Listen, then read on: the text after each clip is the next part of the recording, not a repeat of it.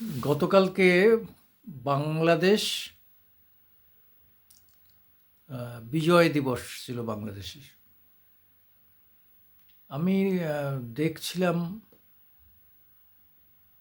আমাদের মাননীয় প্রধানমন্ত্রী নরেন্দ্র মোদীর টুইট গতকালের সকালে দু এক জায়গায় এটা নিয়ে সমালোচনা হচ্ছিল, দেখে এক্স হ্যান্ডেলে টুইটটা পড়লাম।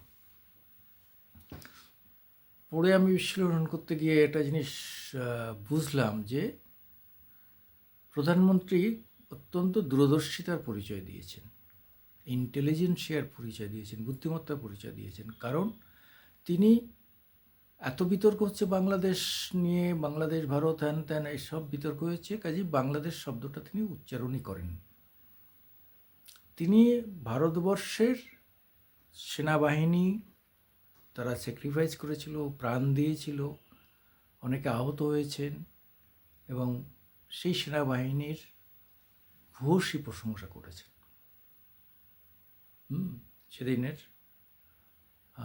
তাদের যে ত্যাগ, তাদের যে দক্ষতা, 13 দিনে পুরো একটা দেশ দখল, যুদ্ধ জেতা একটা দেশে, যেখানে পাকিস্তানের 1 লক্ষ সৈন্য রয়েছে, যারা পাকিস্তানের সৈন্যবাহিনী যথেষ্ট যথেষ্ট তারা দক্ষ, সে ব্যাপার অস্বীকার করা যায় না। এর মধ্যেই অনেকে অনেক রকম বলতে শুরু করে দিয়েছে। বাংলাদেশ থেকে তো প্রচুর ইউটিউব, প্রচুর ফেসবুক।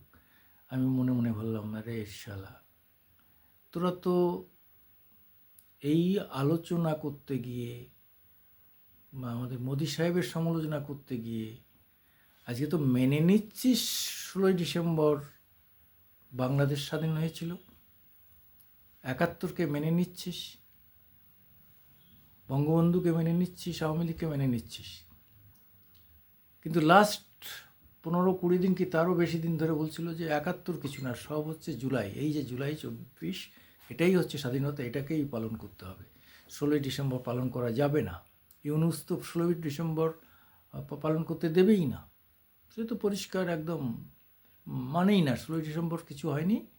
সে তো জো বাইডেনকে দেখিয়ে এসছে আমেরিকায় যে এরাই স্বাধীনতা এনেছে। কিসের স্বাধীনতা আনলো? কিসের স্বাধীনতা আনলো আগে বলো? একটা দেশ, স্বাধীন দেশের আবার কি স্বাধীনতা আনলো? 71-এ তো পূর্ব পাকিস্তানকে বাংলাদেশ বানানো হলো। কারণ আমরা কেন উর্দুভাষীদের সঙ্গে থাকবো, যাদের কথা বুঝতে পারি না, যাদের সঙ্গে কোনো সংস্কৃতির মিল নেই, যাদের সঙ্গে আদান প্রদান করতে পারি না, যারা 2500 কিলোমিটার দূরে বিদেশি, তাহলে আমরা সেই পাকিস্তানের নামটা নেব কেন? আমরা বাংলা ভাষায় কথা বলি। ভাষা ভিত্তিক হয়েছিল। হিন্দু মুসলমানের জন্য বাংলাদেশ স্বাধীন হয়নি, বাংলাদেশ স্বাধীন হয়েছিল বাংলা ভাষাভাষীদের জন্যে, বাংলার কালচারের জন্যে, বাংলার জন্যে। আজকে তোমরা হিন্দু মুসলমান এটা করছো, আওয়ামী লীগ, জামায়াত, যে জামায়াত সেদিন পাকিস্তানের মন্ত্রিসভায় ছিল, সেই পাকিস্তানিরা আজকে তারা সামনে চলে আসছে। আরে বাপরে, কি ভয়ঙ্কর অবস্থা! আর আমরা রাজাকার, আমরা রাজাকারের সন্তান।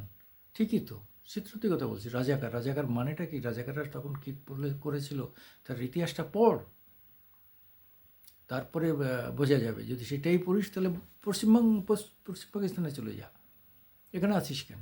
বাংলাদেশ তো রাজাকারদের জন্য নয়, বাংলা ভাষাভাষীদের জন্য, বাংলার কালচারের জন্য, বাংলার মানুষের জন্য।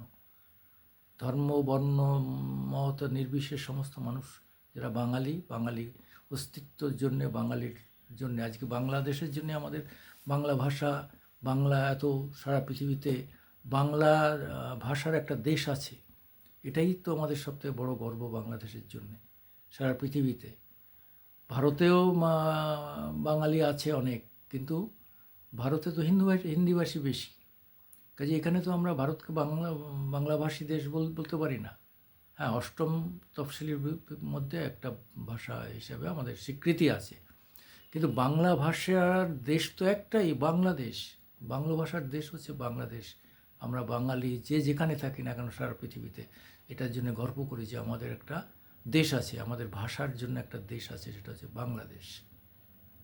সেই গর্বের বাংলাদেশকে তোরা আজকে মৌলবাদী, হিন্দু, মুসলমান, বৌদ্ধ, খ্রিস্টান এসব করছিস, ছি ছি ছি ছি ছি। আবার সেই পশ্চিম পাকিস্তানের কালচার, এগুলো এগুলো চলবে না, বেশি দিন চলবে না। 3.5 মাস গেছে ভাইয়েরা, আর 1-1.5 মাস কষ্ট করো, মাস দেড়েকের মধ্যে খেলা শেষ হয়ে যাবে। এরা কোথায় লুকাবে কেউ খুঁজে পাবে না এদের। এই রাজাকারের সন্তানরা কোথায় লুকাবে? এই জামায়াতের লোক, এই হিজবুত তাহরি, একটাও থাকবে না, সব পালাবে। আমরা চাই বাংলাদেশ, বাংলা ভাষা, বাংলা কালচার, বাংলা সংস্কৃতি, বাংলার ইতিহাস। সেটাকে বাঁচিয়ে রাখতে যা যা করার সেটা করতে হবে আমাদের। যে যেখানে যেভাবে পারো এটাকে সাহায্য করতে হবে, বাংলাদেশকে সাহায্য করতে হবে। সবাই যুদ্ধ করতে পারে না, সবাই অর্থ দিয়ে সাহায্য করতে পারে না, অনেকভাবে সাহায্য করা যায়।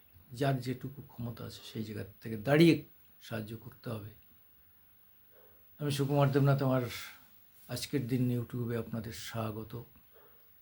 আপনারা আমাদের একটু সাহায্য করবেন। নমস্কার, আদাব, সত শ্রী আকাল।